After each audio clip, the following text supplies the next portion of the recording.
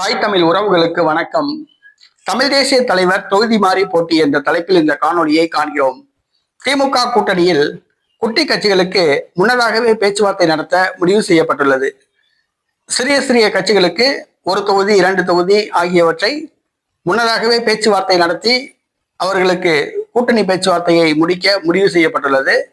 காங்கிரஸ் போன்ற பெரிய கட்சிகளுக்கு சிறிது காலம் தாழ்த்தி பேச்சுவார்த்தை நடத்த முடிவு செய்யப்பட்டுள்ளது. அந்த விதத்தில் தமிழக வாழ்வுரிமை கட்சி கடந்த முறை ஒரே ஒரு தொகுதியில் திமுக கூட்டணியில் போட்டியிட்டது. பண்ருட்டி தொகுதியில் போட்டியிட்டது. 5000 வாக்குகள் வித்தியாசத்தில் வேல்முருகன் வெற்றி பெற்றார்.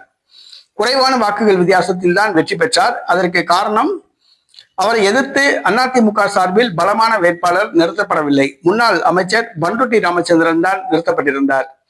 ஆகவே இழுபறியில் 5000 வாக்குகள் வித்தியாசத்தில் வெற்றி பெற்றார். ஆனால் அந்த தொகுதி அதிமுக வெற்றி பெற வேண்டிய தொகுதி. இந்த முறை போட்டியிட்டால் அவர் தோல்வி அடைவார் என்று அவருக்கே தெரியும். ஆகவே தொகுதி மாறி போட்டியிட முடிவு செய்துள்ளார். இதற்காக நெய்வேலி தொகுதியில் போட்டியிட மு.க.ஸ்டாலினிடம் விருப்பம் தெரிவித்துள்ளார். மு.க.ஸ்டாலின் சம்மதித்துள்ளதாக கூறப்படுகிறது. தமிழக வாழ்வுரிமை கட்சி தலைவர் வேல்முருகன் இந்த முறை தோல்வி பயம் காரணமாக தொகுதி மாறி நெய்வேலி தொகுதியில் போட்டியிடுகின்றார். நெய்வேலியில் வெற்றி பெறுகிறாரா என்பதை பொறுத்திருந்து பார்ப்போம்.